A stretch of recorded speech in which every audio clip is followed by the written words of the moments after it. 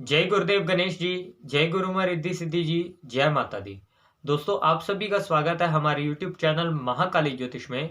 मैं ज्योतिष साहिल आज आपसे कार्तिक पूर्णिमा के विषय में बात करने जा रहा हूं कि कार्तिक पूर्णिमा किस तारीख को है और क्या इसका पूजन विधान है और इस पूर्णिमा की महिमा बाकी सभी पूर्णिमा से ज्यादा क्यों कही जाती है और इसके किस तरह से पूजन करने पर हमें भगवान विष्णु एवं माता लक्ष्मी जी का आशीर्वाद प्राप्त होता है। और आपको एक ऐसा भी उपाय बताएंगे जिसके करने मात्र से आपकी समस्त मनोकामनाएं पूर्ण होंगी। और अगर आपके जीवन में धन की समस्या या किसी भी प्रकार की समस्या, कारोबार इत्यादि, ग्रह क्लेश कुछ भी है तो उसका आपको समाधान मिलेगा इस उपाय के करने मात्र से। तो चलिए दोस्तों, जय श्री हरि विष्णु कहते हुए, जय माता लक्ष्मी कहते हुए आगे बढ़ते हैं। दोस्तों, कार्तिक पूर्णिमा इस साल 27 नवंबर 2023 के दिन है। इस दिन सोमवार है और आप अगर इस दिन भगवान विष्णु जी की पूजन करते हैं और माता लक्ष्मी जी की पूजन करते हैं तो ये आपके लिए सबसे बढ़िया मानी जाती है, क्योंकि ये दिन भगवान विष्णु और माता लक्ष्मी जी को ही समर्पित है। कार्तिक का जो मास है यानी कार्तिक का जो महीना है ये सारा ही त्योहारों से भरा हुआ है और इसमें जितने भी त्योहार हैं वह सभी के सभी माता लक्ष्मी जी या भगवान विष्णु जी को ही समर्पित है।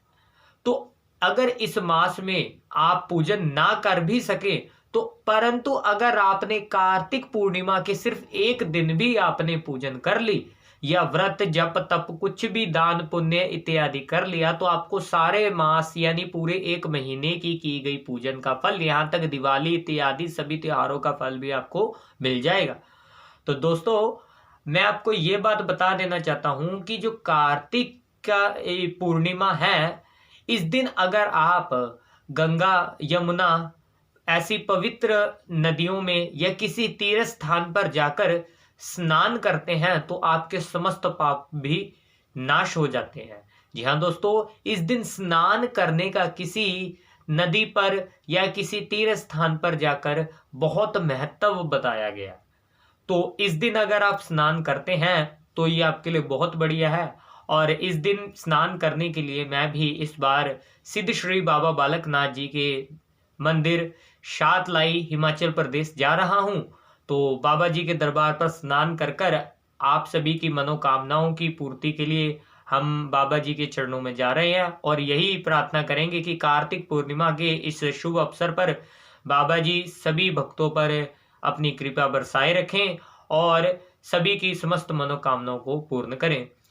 दोस्तों, इस दिन आप अगर पूर्णिमा के दिन व्रत रख सकें तो इससे बढ़कर आपके लिए कोई भी बढ़िया बात नहीं रहेगी। अगर आप पूजन करना चाहते हैं तो आप बिना व्रत के भी कर सकते हैं, परंतु अगर एक दिन आप व्रत रख लें पूर्णतः सात्विक के साथ, व्रत बिल्कुल साधारण रूप से ही है जैसे आप सभी व्रत रखते हैं कि सुबह स्नान इत्यादि से निवृत्त होकर अपने पूजन रूम में या आपका जहां पर भी आपने पूजा का स्थान बनाया वहां पर भगवान विष्णु जी का, माता लक्ष्मी जी का कोई चित्र रखें, कोई प्रतिमा रखें, या आपके घर में तुलसी जी हैं तो उनकी पूजन करें और अपने व्रत को शुरू करें।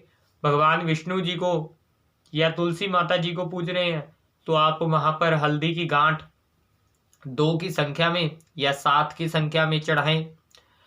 आप पीसी हल्दी भी चढ़ा सकते हैं और चने की दाल थोड़ी सी उन्हें अर्पित करें, चढ़ाएं, उनके चरणों में रखें, उनको बहुत पसंद है। और आप उन्हें, माता तुलसी जी की भी पूजन करते हैं तो आप उन्हें चुनरी चढ़ाएं। भगवान विष्णु जी को आप पीले रंग का वस्त्र भी अर्पण कर सकते हैं या आपकी श्रद्धा अनुसार आप कर सकते हैं तो करें, अन्यथा इसकी कोई इतनी ज्यादा भी जरूरत नहीं है। आप फोटो की पूजन कर सकते हैं, तुलसी की पूजन कर सकते हैं, इसमें कोई दिक्कत नहीं है। भगवान विष्णु माता लक्ष्मी जी को पूजन जाएगी। आप भगवान विष्णु जी के मंत्र का जाप करें, ओम श्री विष्णुवे नमः। माता लक्ष्मी जी के करें, ओम श्री महालक्ष्मी आय नमः। आपके ऊपर कृपा होगी। आप चालीसा का पाठ कर सकते हैं, विष्णु चालीसा का, श्री माँ लक्ष्मी जी के चालीसा का आप पाठ कर सकते हैं, श्री विष्णु सहस्त्र नाम माला 108 नाम का जाप कर सकते हैं, माता लक्ष्मी जी के आप 108 नाम का या सहस्त्र नामों का जाप कर सकते हैं। तो इसका फल आपको इस दिन बहुत ज़्यादा मिलेगा और आपके ऊपर कृपा बरसेगी। शाम के समय, कार्तिक पूर्णिमा के दिन आपने शाम के समय जब ये व्रत आपने उपवास अपना खोलना है, तो आप एक काम करें कि आप जो पूर्णिमा की कथा होती है उसे अवश्य पढ़ें और उसे कथा को पढ़कर आप अपने व्रत को खोलें। बिना प्याज लहसुन का आप भोजन बनाएं। कुछ लोग मीठे पर व्रत रखते हैं, सिर्फ मीठे से ही व्रत खोलते हैं, परंतु ऐसा नहीं है कि आप नमक एक समय नहीं खा सकते, आप बिल्कुल खा सकते हैं, मगर बिना प्याज लहसुन का हो। तो एक बात का ध्यान अवश्य रखें कि जिस दिन व्रत रखें उस दिन पति पत्नी साथ नहीं सो सकते हैं, क्योंकि शारीरिक संबंध की मनाही है। और उस दिन घर में आपके मांस मदिरा इत्यादि भी नहीं आनी चाहिए। अगर आपके घर में आती है तो उसको आने से रोकें, और अगर आपके घर में फिर भी नहीं हो सकती तो आप कृपया करके व्रत मत रखें, क्योंकि इसका फिर आपको एक कहीं ना कहीं गलत प्रभाव देखने को मिल सकता है, क्योंकि भगवान विष्णु जी, माता लक्ष्मी जी पूर्णतः सात्विक शक्ति हैं, तो इनकी पूजन में गलती नहीं चलती है। और अब बात आती है उस उपाय की। वो उपाय क्या है?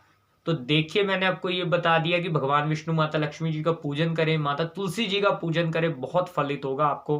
धूप दीप नैवेद्य फल इत्यादि अपनी श्रद्धा से चढ़ाएं, जो इतना आपको समर्थ है।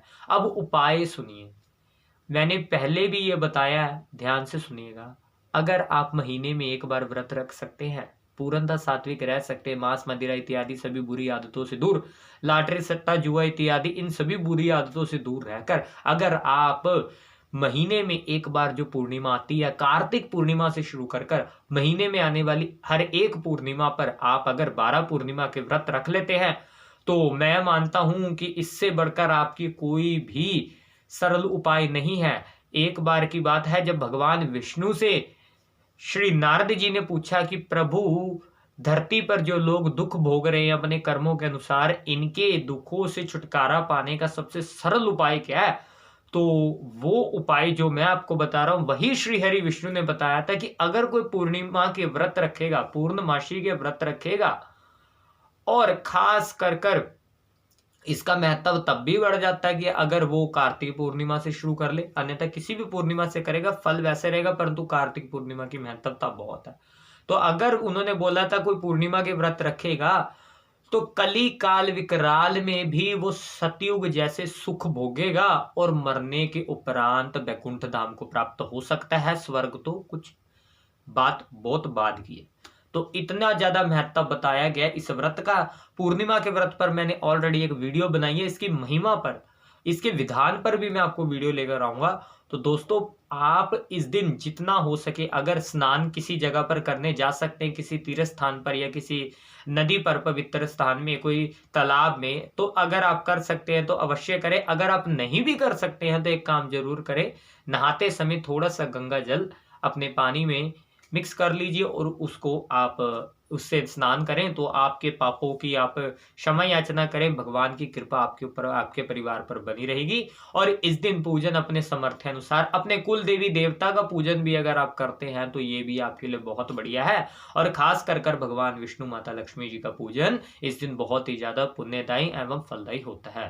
तो दोस्तों, आज के लिए बस इतना ही था। वीडियो अगर अच्छी लगी हो तो वीडियो करें लाइक, शेयर करें, कमेंट करें। अगर आपको कुछ भी बात समझ नहीं आती, वीडियो से संबंधित कोई भी जानकारी चाहिए, तो कमेंट कर हमारे से बात करें, हम आपकी बात का अवश्य आपको जवाब देंगे। तो दोस्तों, आज के लिए बस इतना ही था। हमारे चैनल महाकाली ज्योतिष को सब्सक्राइब जरूर कर लें, ताकि आने वाली और इन्फॉर्मेटिव वीडियोस आप तक पहुंच सके। जय माता दी।